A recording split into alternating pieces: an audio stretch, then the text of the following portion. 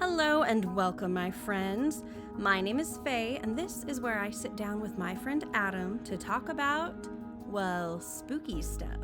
So let me ask you, do you believe in ghosts, hauntings, paranormal shenanigans? I don't, but I love hearing about all of it, and honestly, I would love to be wrong. My friend Adam, he does, and he has a lifetime of experiences to back it up. So buckle up, because today we're talking about Salt Lake's Capitol Theater.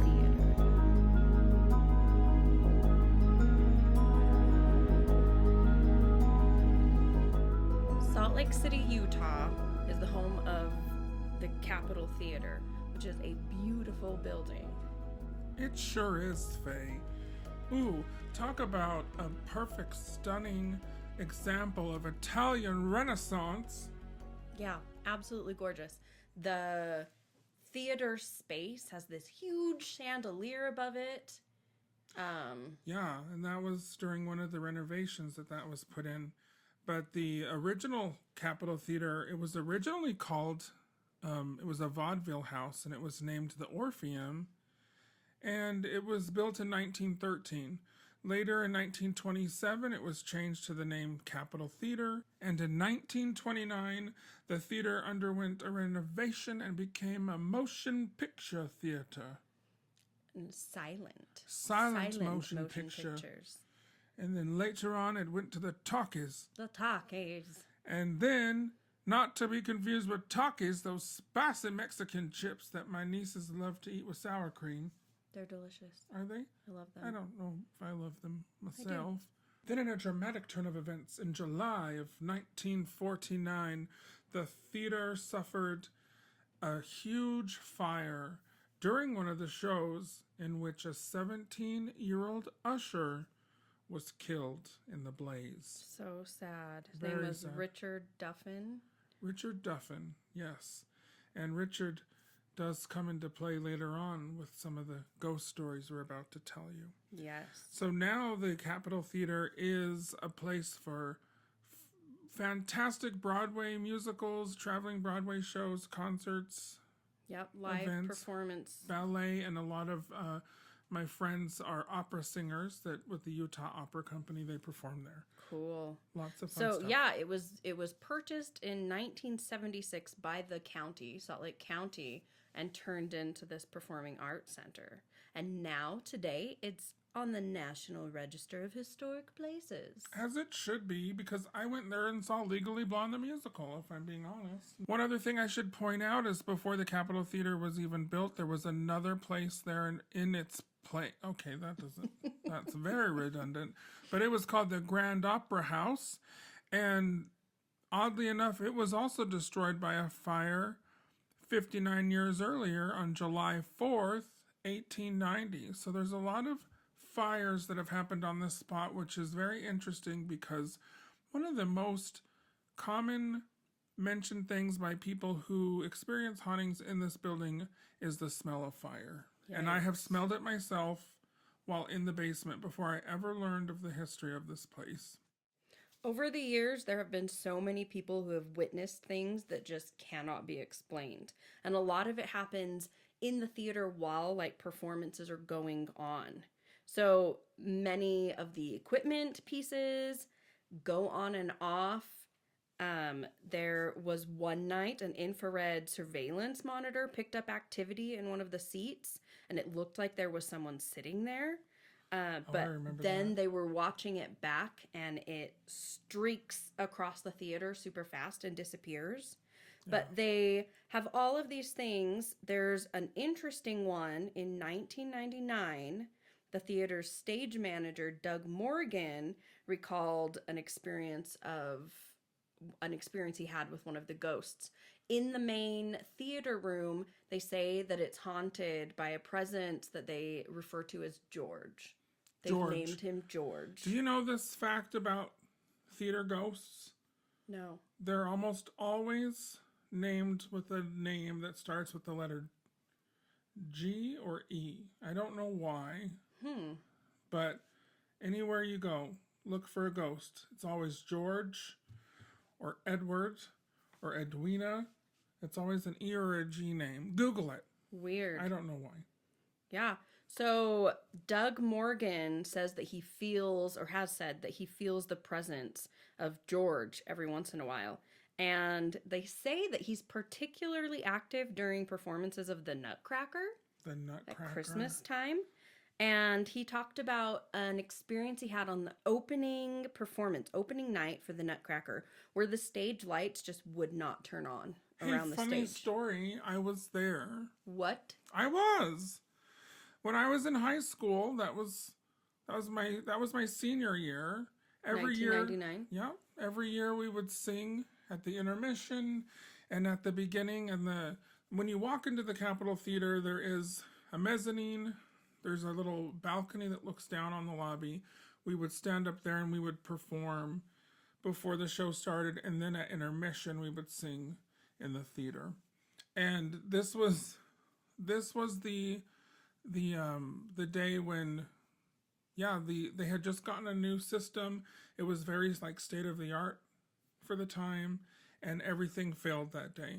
I remember people were just running around frantically trying to figure out how to fix this. So they were going nuts before the Nutcracker?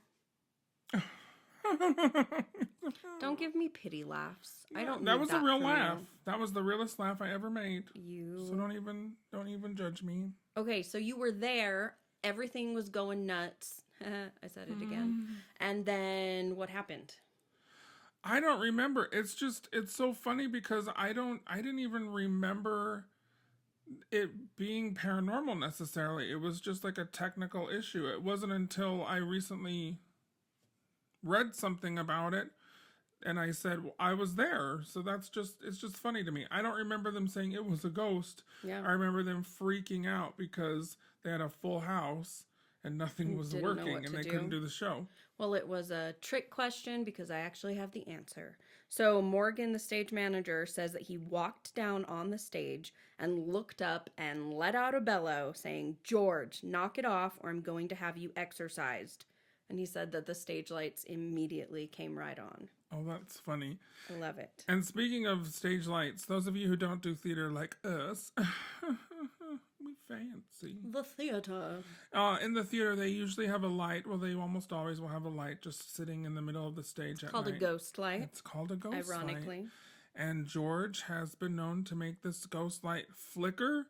And he did do that for my investigative team when we went there in, I want to say 2005, 2006. Yeah. So it's so funny. As a high school student, I never would have known that I would come back 5 or 6 years later and be asked by people in management to come investigate and record and get some evidence because they were having so many issues with their security guards. So many issues.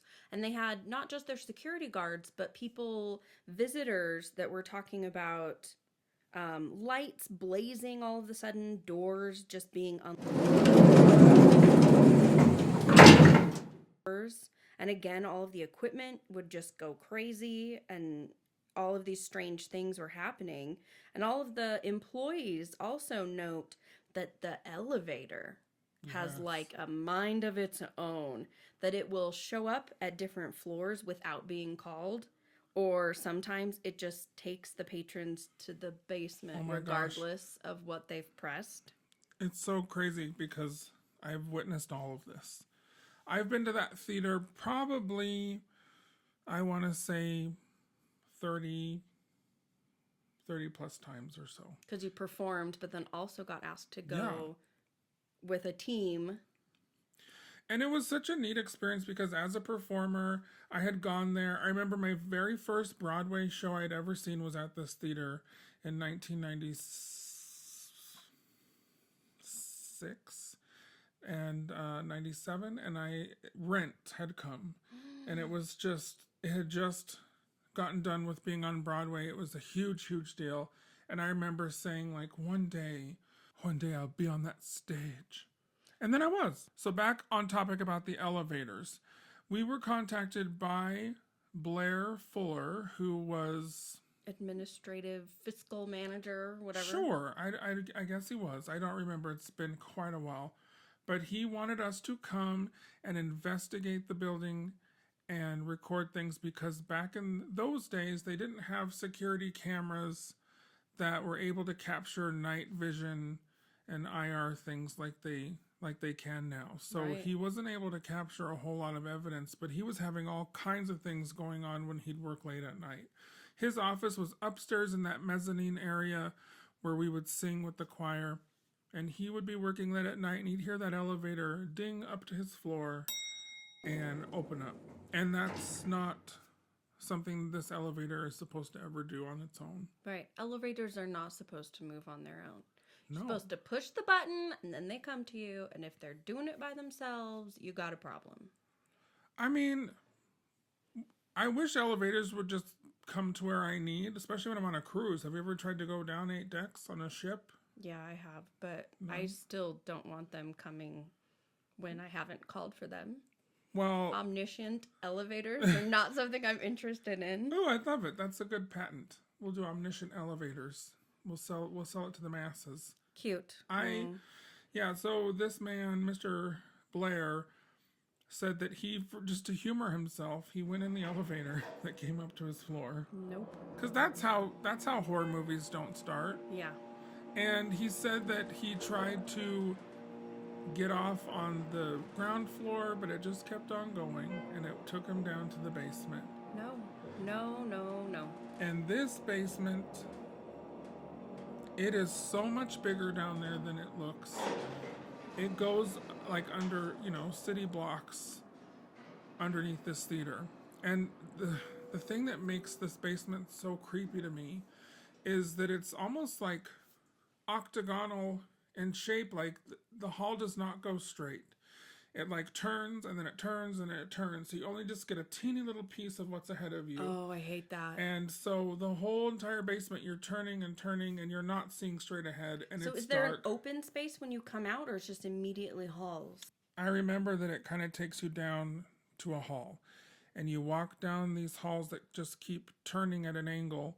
And on both sides of you, you're going to see someone's painted, it's kind of like a playbill of each show that's performed over the years. Right, cast members. Yeah, and then the cast and crew signs the wall. And I was able to, I remember that first night going in, I saw Rent. And I thought back on how that was my first show I saw there.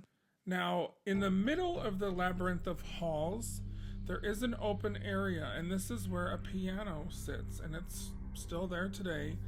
And that piano has been known to play itself.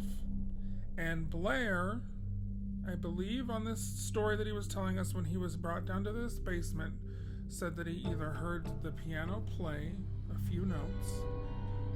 And by the way, this piano has a lock on the cover, and it's almost like, it looks like the claw for your car so it doesn't get stolen. Right. You know what a piano lock is, so it closes down the lid and keeps it locked. Yep. Well, he could hear the keys playing, and the piano was locked shut, and you had to have a key. And I have heard the sound of the piano being plucked, like someone's plucking the strings, and that was down in this same basement. So it's a very frightening place to be by yourself. I couldn't imagine. I did not ever go into it by myself. I wouldn't, but I was asked to.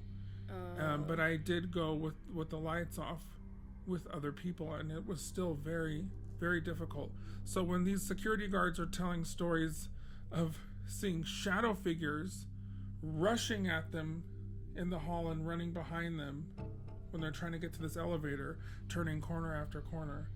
I mean, I just can't imagine being So there and scary. hearing that.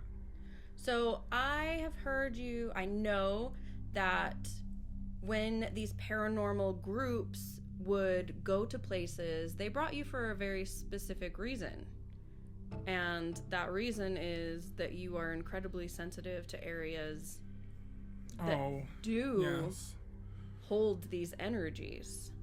Can you tell me a little bit about that? Well, a lot of places we've gone to, my group would just kind of ask me to say what I'm feeling, and if I got any sort of visuals, because sometimes I do get like a little flash of this place that I'm standing in, almost like a black and white movie, and it's just like in your mind. Yeah. It makes me sound nuts, but I am, so We it's love fine. I remember, though, the first time I met with the people at the theater, I was up in the offices where Blair had his experiences. And I remember seeing this vision of this tall Native American man. And I also remember seeing another man that was like badly beaten in the basement. But I remember, I'm pretty sure it was Blair had said other people had seen like this tall Native American man.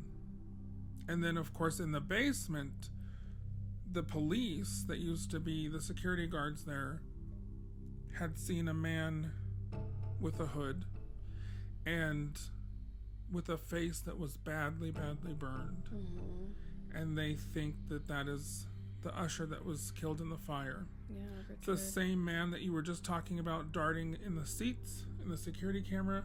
In that security camera footage, the man they see has a hood on too. Oh, interesting. So I feel like I ask this a lot, but I don't know, I feel like it's important to note with every haunting because there are different energy types, right?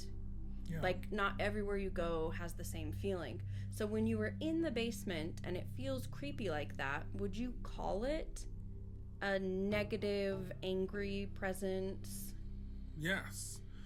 I mean, in this case, yes. There was something very angry, and it was in the shop area. So this basement that goes on forever, it kind of goes around into a theater shop, where they build sets. Yeah. And then it has like a loading dock attached to it for trucks to bring things. Cool.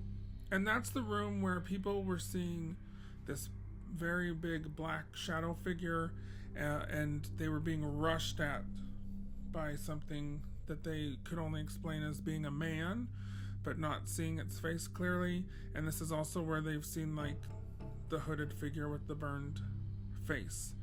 And that is the room where I was sensing a man that looked badly beaten. Yeah. It was in the same spot, and then they told me about the kid that died and how people see him burned everywhere.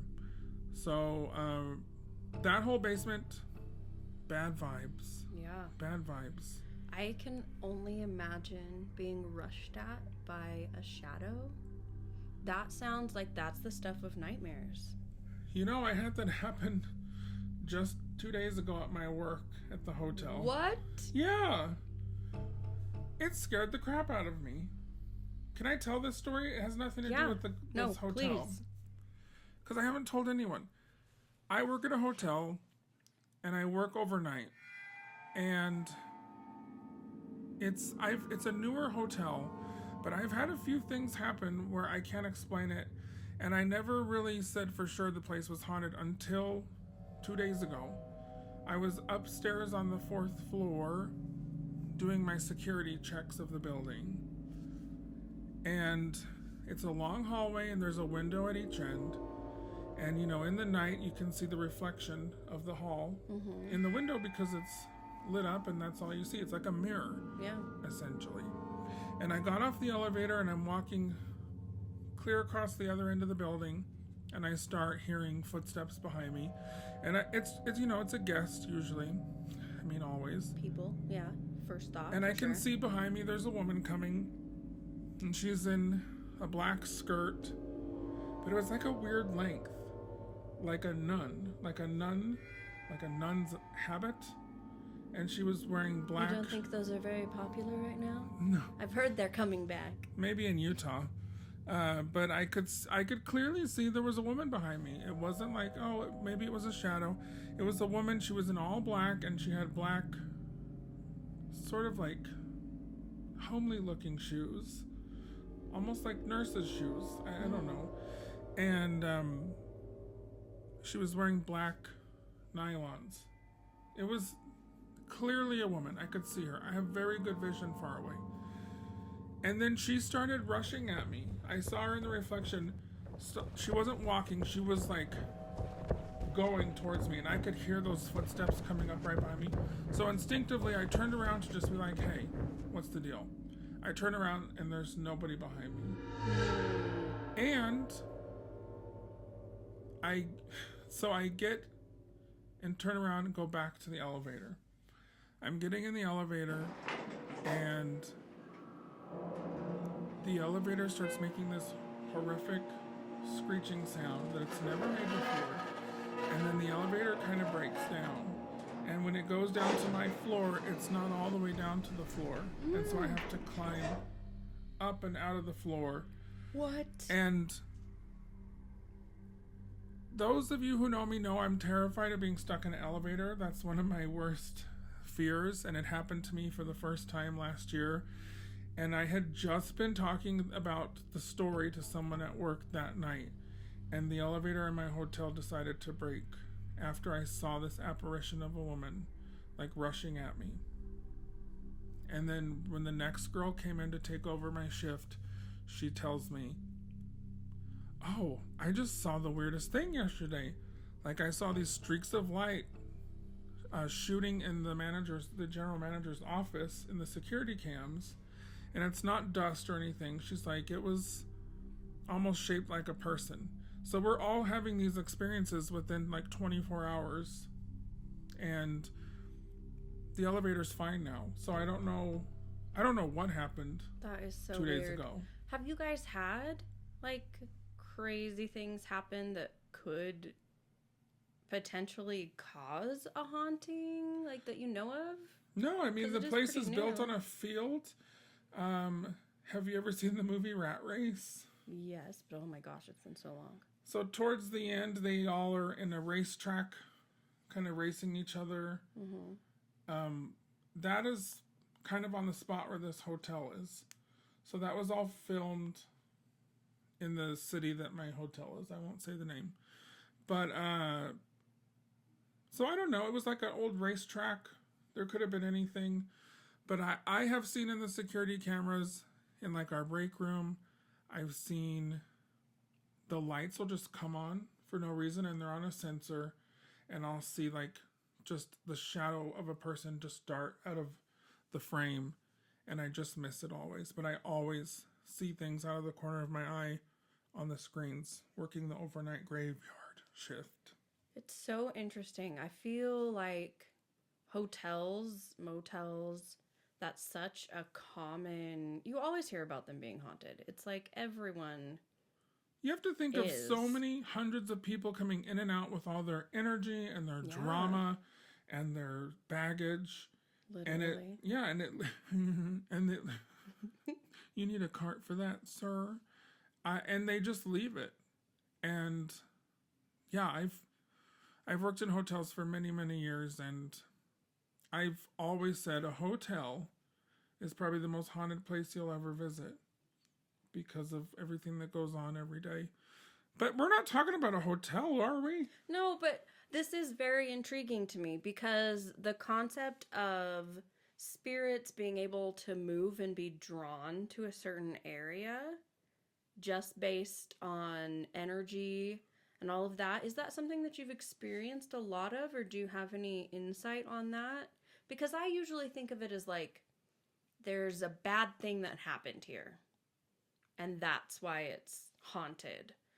But if spirits are being drawn somewhere based on the energy, that's kind of a different level of freaky.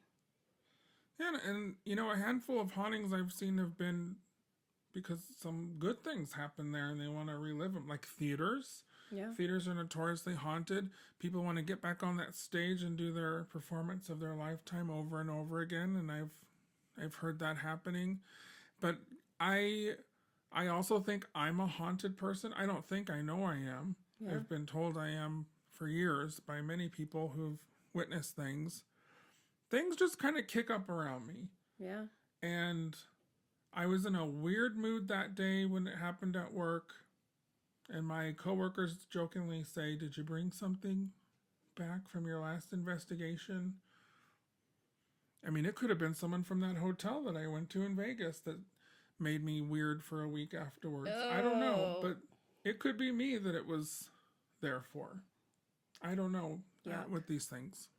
That is really interesting that you were somewhere investigating and now have come back relatively recently and have And that something like happens. this It happen. happens every now and then to me. It's not often, but I'm still shook from this hotel we went to in Vegas a few weeks ago. And so maybe it was something residual from that because I don't see nuns very often in Utah, Yeah. you know. I don't Yep. think I've ever seen a nun in Utah. Yeah, that's crazy. There are malicious spirits in the basement, at least. But something I found intriguing is that Blair Fuller, so this fiscal manager, who's experienced all of this kind of stuff, he also said that while working late at night, he also hears like the doors slamming shut, file doors. And his file Like, cabinets. yeah, and his Yes. filing cabinets. They'll be open just like 2 or 3 inches and then slam shut. And what he said was that, he said, here's a quote: "In my experience, it's almost like a teenager trying to get some attention. And once you acknowledge that, it stops. But it took me an hour and a half to get to that point." So I thought that was fun and important to note that not always are these malicious feelings. No, and I remember him telling me that story, and he was kind of connecting it that it was the 17-year-old who died, almost like it was a teenager playing around with him. Yeah. With that in the elevator, he thinks it was the same entity. But then down in the basement, that's another story. Something else crazy going down in there. Yeah. And then George in the main one, which could be, right, the boy also, but who knows? Yeah. And I want to just tell the story that I told you earlier because I know it happened either at this theater or another one we're going to cover that's in town by it. But I remember I was told that years and years and years ago, someone was doing like a vaudeville type show on the stage, and it entailed 2 people singing a duet with their heads just like sticking out of the grand, or the curtain, if you will.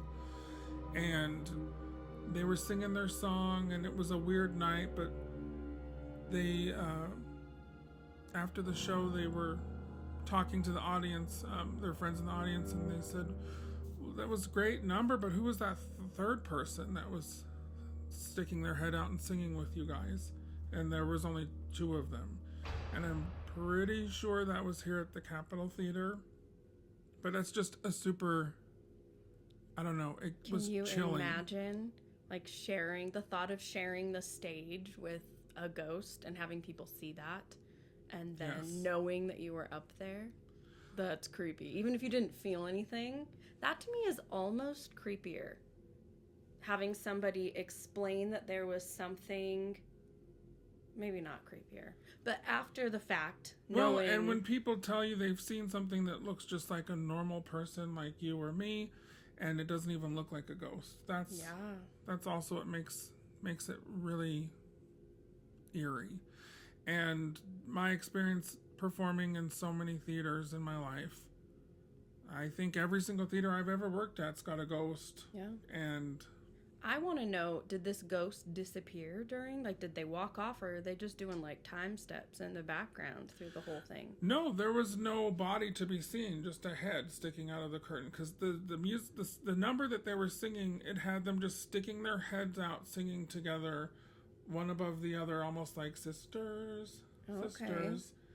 But there was a third head that popped out of the curtain and was singing along with them. I think I'd totally freak out. But there was not a third person. I don't know that I could, like, go back on after something like that. Oh, I could. The show must go on. The show must go on.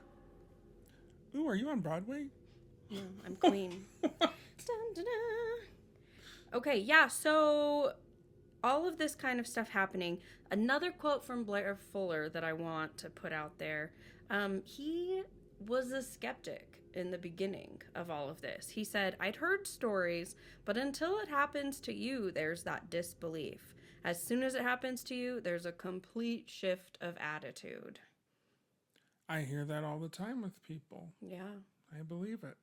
I mean, I don't believe things. And so it's that kind of, right? When faced with it, you either have to decide you're crazy or realize that this stuff is really happening. Well, that's why I got back into paranormal investigating in the early 2000s, because I wanted to just.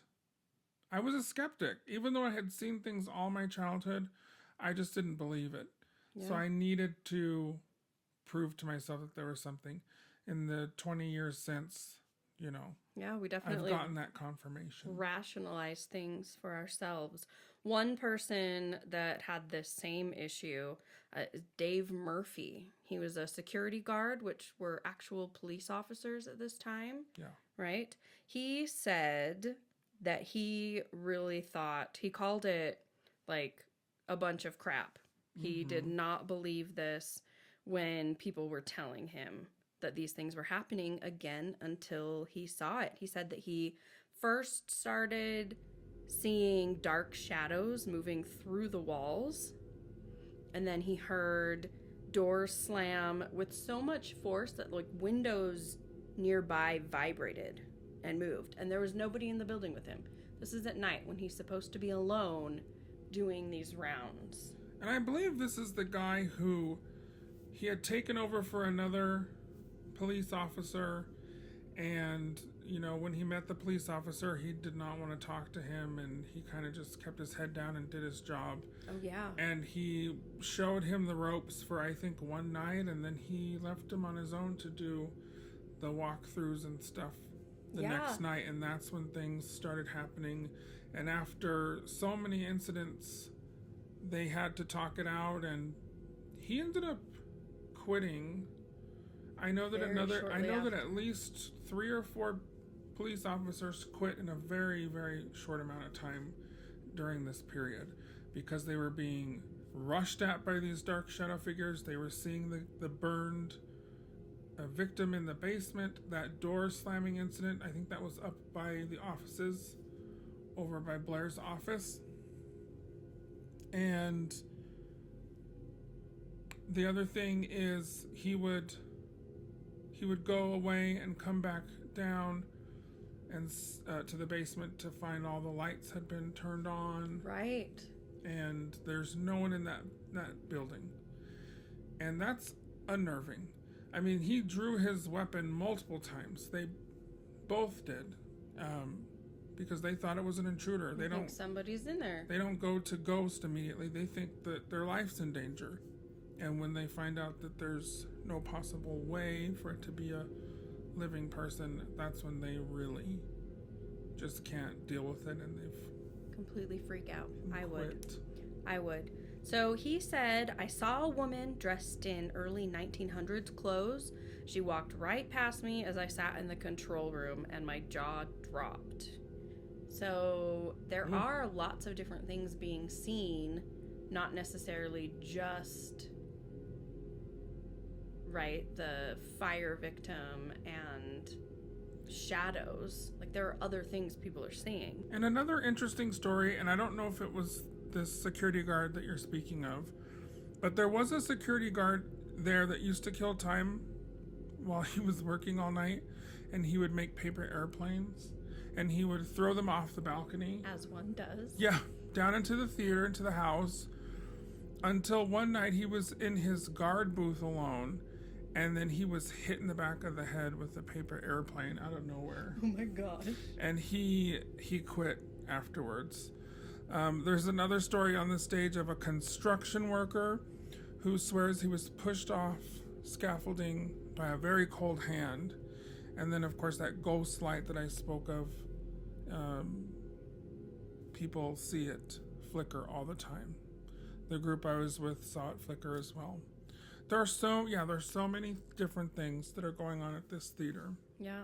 So staff has seen these things. Obviously, this executive has seen these things. They have multiple security guards, police officers who have noticed this. And something that I read that is really true, specifically the police officers, Dave Murphy says, this is a career killer.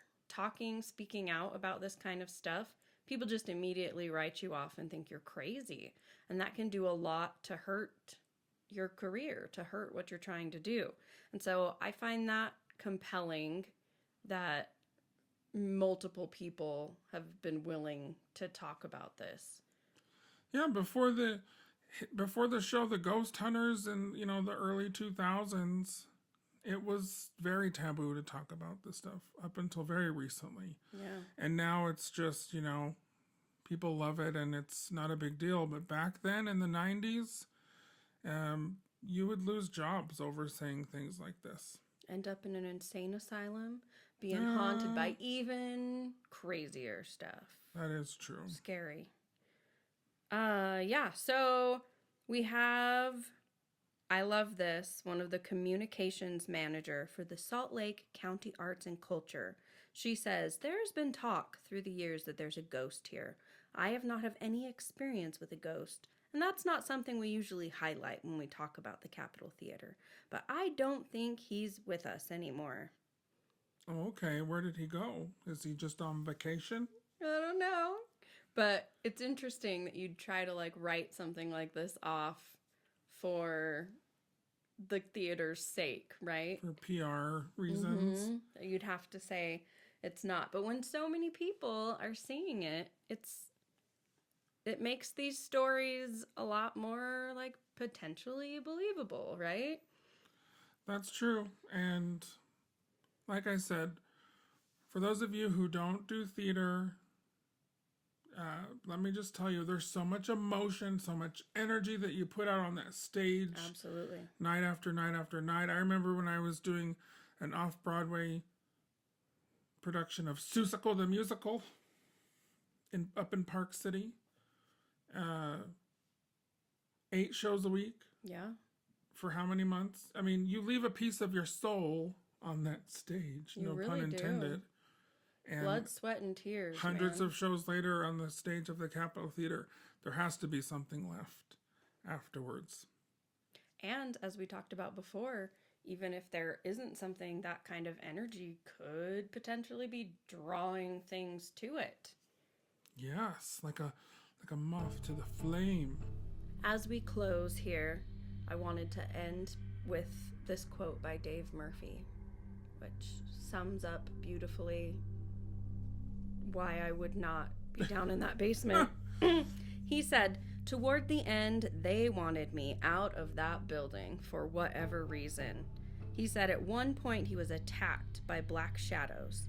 "It felt just like I got a punch in the chest. Literally, I could not talk," he said. "Whatever it was, it had the power to shut me up." Wow. Yeah, I think if a shadow punched me in the chest, I'd be out of there too. I would quit.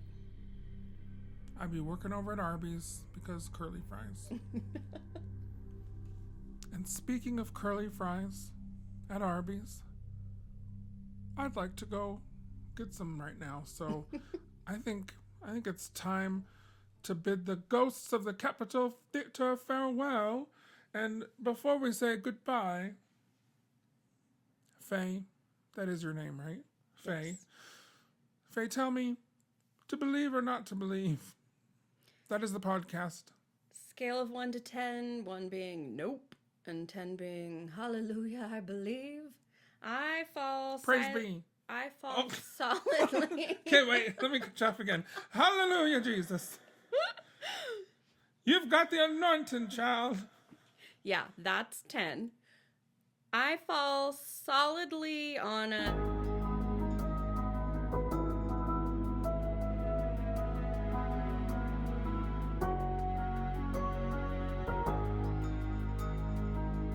You've been listening to Believe or Not to Believe, that is the podcast. Hey, do me a favor, will ya? Why don't you like this podcast, subscribe to it, if that's an option. Be sure to leave us a 5-star rating review. And if you do that, I'll mail you a pretzel No, he won't. with some delicious cheese sauce. Thanks for listening. Bye!